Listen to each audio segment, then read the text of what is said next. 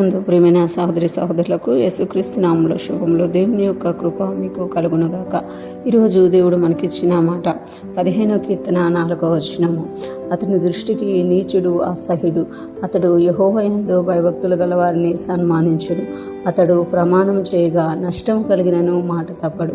ఈ మాటలు మనం 15వ కీర్తనలో చూస్తున్నాము. 15వ కీర్తన ప్రారంభంలో యెహోవా గుడారంలో నివసింపదగిన వాడెవడు, ఆయన యొక్క పరిశుద్ధ స్థలంలో అతిథిగా ఉండదగిన వారెవరు అని అంటూ, అలాగ దేవుని గుడారంలో నివసించాలన్నా, దేవుని పరిశుద్ధ స్థలంలో మనం ఉండాలి అన్నా ఎటువంటి స్వభావం కలిగి ఉండాలి, ఎటువంటి నేచర్ని మనం కలిగి ఉండాలి, ఎలాగ మనం ఉండాలని తెలియజేస్తూ ఈ 4వ వచనంలో ఇంకొక మాట చెప్తున్నారు కదా, అతని దృష్టికి నీచుడు అసహ్యుడు అంటున్నారు.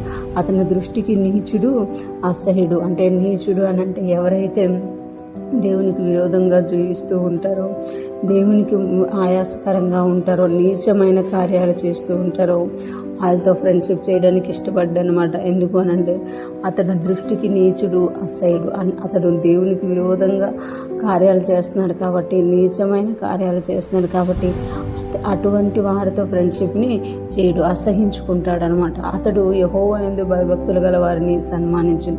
దేవుని యందు ఎవరైతే భయభక్తులు కలిగి ఉంటారో వారినంట సన్మానిస్తారట. ఎవరైతే దేవుని యొక్క పరిశుద్ధ స్థలంలో నివసించాలి, దేవుని యొక్క గుడారంలో అతిథిగా ఉండాలనుకుంటున్నారో వాళ్ళు నీచులు ఎవరో, దేవుని యందు భయభక్తులు గల వారెవరో వారిని అంటే గ్రహించి నీచులను అసహించుకొని యెహోవా యందు భయభక్తులు గల వారిని సన్మానిస్తారట. అంటే దేవుని యందు ఎవరు భయభక్తులు కలిగి ఉన్నారో వారిని తక్కువ చేయకుండా వారిని సన్మానిస్తారు. చాలామందిని మనం ఈ లోకంలో చూస్తూ ఉంటాం కదా, దేవుని యందు భయభక్తులు గల వారిని ఏమో తక్కువగా చూస్తూ ఉంటారు, ఈ లోకంలో ధనవంతులైన వారినేమో ఎక్కువగా చూస్తూ ఉంటారు, గౌరవిస్తూ ఉంటారు. కానీ ఇక్కడ దేవుడు అంటున్నారు కదా, నా గుడారంలో అతిథిగా ఉండాలి అని అంటే నువ్వు నీచులెవరో, దేవుని యందు భయభక్తులు గలవారు ఎవరో గ్రహించాలి.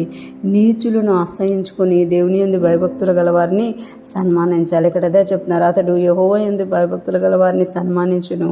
అతడు ప్రమాణం చేయగా నష్టం కలిగినను మాట తప్పుడు. అతడు ప్రమాణం చేయగా నష్టం కలిగినను మాట తప్పుడు. అంటే ఎంత నష్టం వచ్చినా ఒకవేళ మాట ఇచ్చారో ఆ మాట నెరవేర్చడానికే ముందుకెళ్ళిపోతారు, కానీ వచ్చే నష్టాన్ని మాత్రం చూడరంట. ఈరోజు ఫ్రెష్ మనం వింటున్న ప్రతి ఒక్కరూ జ్ఞాపకం చేసుకోవాలి, మనందరికీ కూడా దేవుని యొక్క పరిశుద్ధ స్థలంలో ఉండాలని, దేవుని గుడారంలో అతిథిగా జీవించాలని ఇష్టంగా ఉంటాం. ఎందుకంటే ఆ ఆశతోటే మనము యేసయ్యను రక్షకుడుగా అంగీకరించాం. కనుక మనము గమనించాలంట, గ్రహించాలి ఎవరు దేవుని యందు భయభక్తులు కలిగి ఉన్నారు, ఎవరు నీచమైన కార్యాలు చేస్తున్నారు అని. ఆ గుర్తించడమే కాకుండా నీచమైన కార్యాలను చేసేవారిని అసహించుకొని వారితో స్నేహం చేయకుండా యెహోవా యందు భయభక్తులు గల వారిని సన్మానించే వారంగా ప్రమాణం చేస్తే ఎంత నష్టం కలిగినా మాట తప్పకుండా ప్రమాణమును నెరవేర్చే వారంగా మనం ఉన్నప్పుడు మనము దేవుని గుడారాల్లో నివసిస్తాము అని ఇక్కడ మనకి తెలియజేయబడుతుంది. ఈరోజు ఫ్రెష్ మనం వింటున్న ప్రతి ఒక్కరూ కూడా దేవునికి ఇష్టమైన వాటిని చేస్తూ ఆయనతో జీవిస్తూ ఆయనలో ముందుకు సాగిపోతాం గాక. దేవుని కృప మనందరినీ నడిపించును గాక. ఆమేన్.